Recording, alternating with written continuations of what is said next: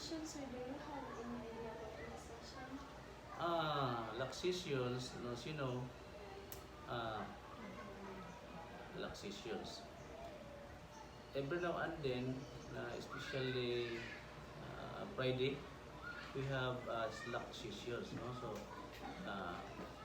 sample, we have important matters to need to be to discuss or to tawag niya, to need to improve with regards to our teachers in their teaching.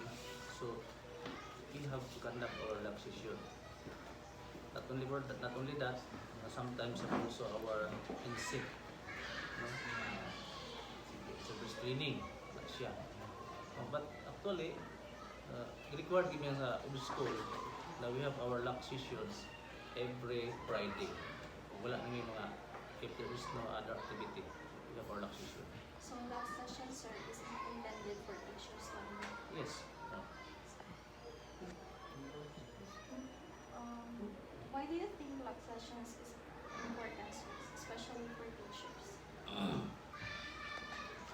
Lab sessions is very important because if there's an update with regards to our teaching, yung mga bago ito nga sample, education, conducts like seminar din.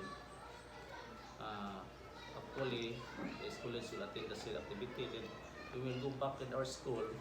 We need to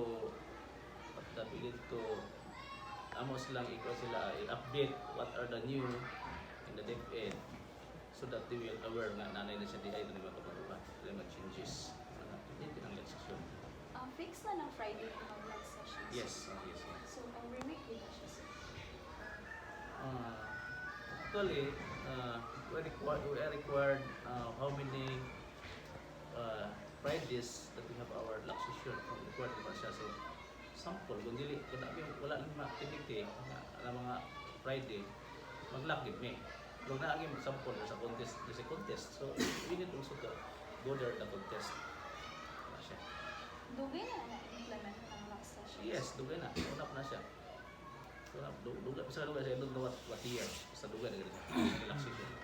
For example, sir, there's a school na hindi sila mag-lax session. So, sa kaya mga possible na sanctions or penalties ano, sir? If they were not able to comply the said lax session, sometimes the supervisor will tawag sila ka ano wala mo na mag-lax session. You should have this relaxation na kinahanglan siya nga record na sa pati hindi magod na siya. So there is a Sigaya Elementary School, sir, na na-implement ng UC or user no ang lax session. So wala na may problema na encounter sa mga teachers, sir?